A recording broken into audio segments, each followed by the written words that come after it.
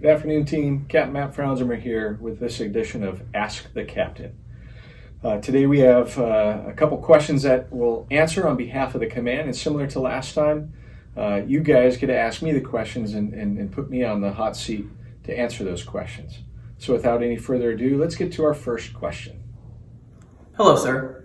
With the PFA shifting from 2 cycles to 1 cycle per year, how do you think that will affect physical readiness within the Navy? Great question, Petty Officer Jeffries. An absolutely phenomenal one, and I know it kind of nests with the last question that we had last week of when we're going to do some more command PT, and more on that a little bit later. But to answer your question, going from 2 cycles to 1 cycle, are you part of the 3-mile club or the 1.5-mile club? What I would say is, from a fitness perspective, while you can always do the minimum, I want you guys all to do more than the minimum. So going to a 1 cycle PFA, it's still the same criteria. They've changed a couple things. They've added the planks and added rowing on into it. But really it comes down to mindset and how do you challenge yourself, and not just to do the minimums. How do you challenge yourself to become better, as you do in any type of command, in the position that you're in, but how do you become stronger in that? So while we're only doing 1 PFA cycle, as we did last year and this year, that does not necessarily mean that it'll be the norm from here on out.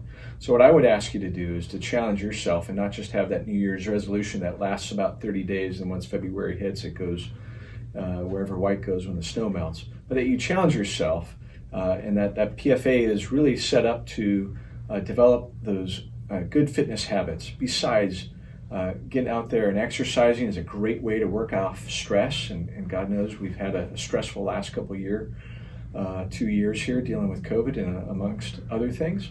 So it's an opportunity for you to work out that stress in a useful way to get stronger and get you fit for the fight, if you will. So great question, Petty Officer Jeffries. Thank you. Hi, sir. In the event of government shutdown due to lack of funding, how would that impact operations across NSA Hampton Roads? Specifically, who would perform the duties of those furloughed civilians? Jordan, great question about a furlough. For those that don't know, a furlough happens when the federal government is not funded. The continuing resolution that we've had 3 times already this year, and we're coming up on our 4th one here in March, a furlough would happen when the federal government does not pass a spending bill, and we maintain in that area where we're not funded. My hope is that at this next one, that we pass not another continuing resolution, but that we actually pass a spending bill for that, for the authorization of the release of the funds for the fiscal year that funds the National Defense Authorization Act.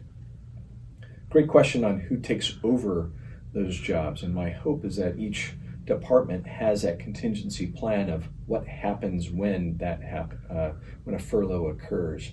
And when that furlough occurs, with a few exceptions, all of our civilians cannot come to work and cannot perform their missions, which means that we need the military, the uniformed members, and with a few exceptions, the supervisors have to perform those duties and those jobs while the other members are in furlough without pay. Most of the time, they get back pay for what it is for that time, but sometimes it hasn't. I want to say the last time I saw that was, goodness gracious, in the 90s. I'm dating myself a little bit. I think President Clinton was in office at that time, and Admiral Bordo was our CNO.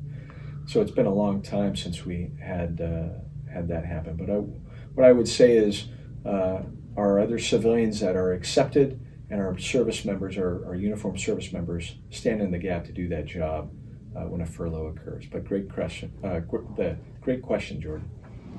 Hi, sir. When do you think we will be allowed to not wear masks anymore and or relax our masks if we are vaccinated?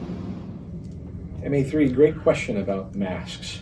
So back in July, the Secretary of Defense put out information that said all masks were required in federal installations in accordance with the CDC guidance where transmission rates were significant or high. So again, that was significant or high in the community. It's a 7-day rolling average of what that numbers are. While we got close to it last July, we didn't quite get, it's both in transmission and the positivity rate, if you will.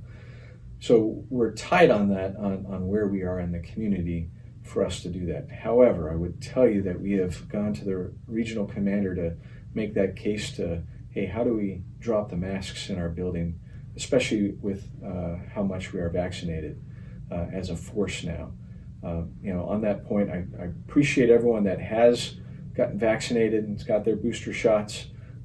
As we got through that Omicron wave and we go post-pandemic and into the endemic world, let's hope that we get back to some normalcy. And with that normalcy, we'll have a transmission rate that is lower than what needs to be, and we go into the moderate and we can remove the masks. But great question about that. It's something that we talk about with the regional commander often and engage with him to engage with Washington, D.C. and our lawmakers up there.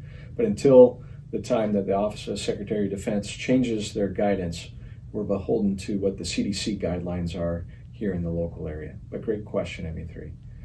Well, folks, that's all we have time for today. Thanks for tuning in to this edition of Ask the Captain. Take care, wear your masks, wash your hands.